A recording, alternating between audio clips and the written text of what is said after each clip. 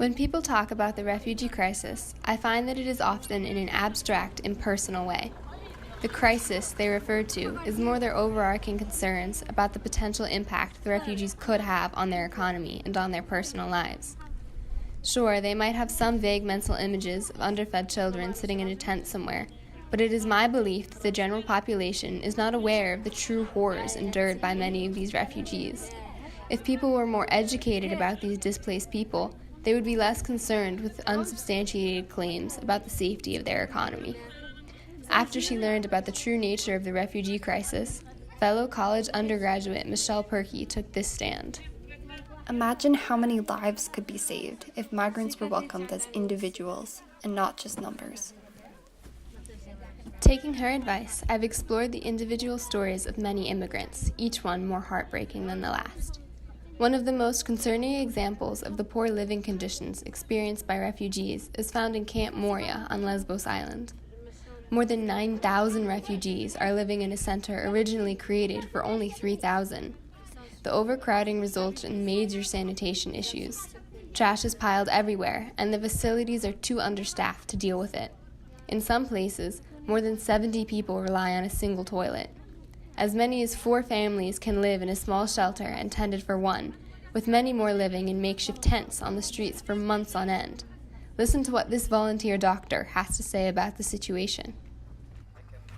Moria is the worst place I've ever been in my whole life and my whole MSF experience. And I've been working in several countries, war zone. I've been working in refugee camps in Central African republics, in Congo, in the biggest Ebola outbreaks in the West Africa in 2014-15, but I've never seen, ever, the level of suffering we are witnessing here every day. Unfortunately, hygiene issues are not the only problems endured by refugees in Moria every day. At night, the camp becomes virtually lawless. Violence abounds, and it isn't safe for women and children to leave their living areas. Sexual assault and child abuse are commonplace, and there is no regulation to stop it.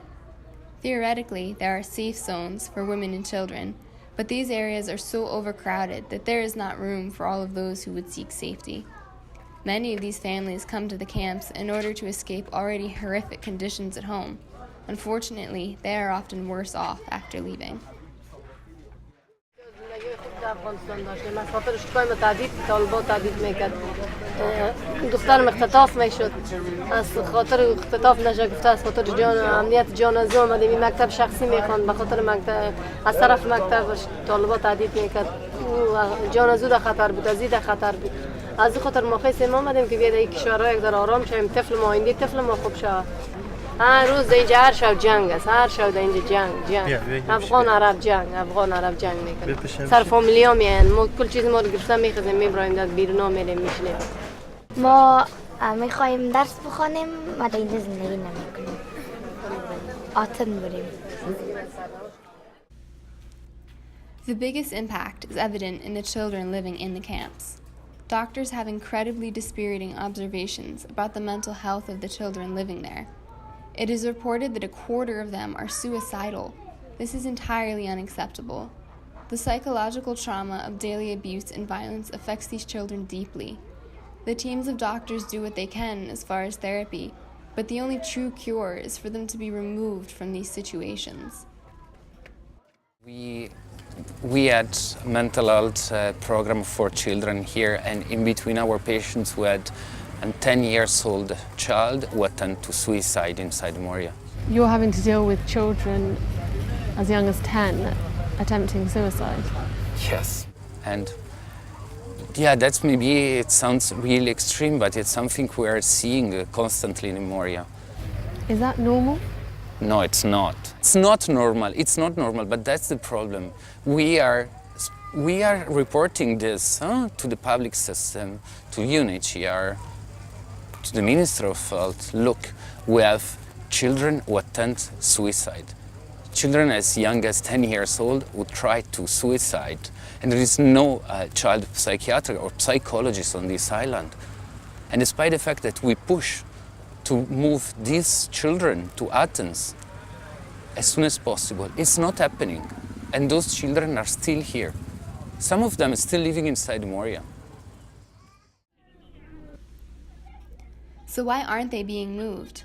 According to the United Nations Children Fund, all refugees and migrants living in the centers, especially children, must be transferred to the mainland without further delay. But the average time for a displaced person to remain displaced is 20 years.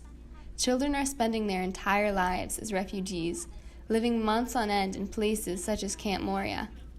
The reason for this is the hesitancy of the countries they are seeking asylum from to provide visas. Some people wait weeks just to find out their request has been denied and they must return to the very place they were trying to escape. Some wait even longer. These people can't return to the places that they left from. Many are fleeing poverty, war, or religious persecution. Some are women and children running away from violent family situations. Going back is not an option. But as we can see, neither is remaining at a place like Camp Moria. The reason they make it difficult to enter is due to the receiving country's fears about maintaining their economy and culture. They're afraid that refugees will take all of the jobs and resources. But knowing what it's like for them in these camps and the places they're fleeing from, isn't it the moral duty of those who have been blessed with adequate living conditions to help give the same chance to those who have not? After spending several months living and working in a Greek refugee camp, writer and volunteer worker Nathan Harding had this observation. Charity is love in action. Love offers us the way to transcend our flawed nature. It brings us closer to a taste of something heavenly and pure and true. We give, not to show that we are good, but to touch and taste and testify to what is truly good. मेरी जिंदगी के मालिक तुम्हें मेरा शुक्रिया मेरी जिंदगी के मालिक तुम्हें मेरा शुक्रिया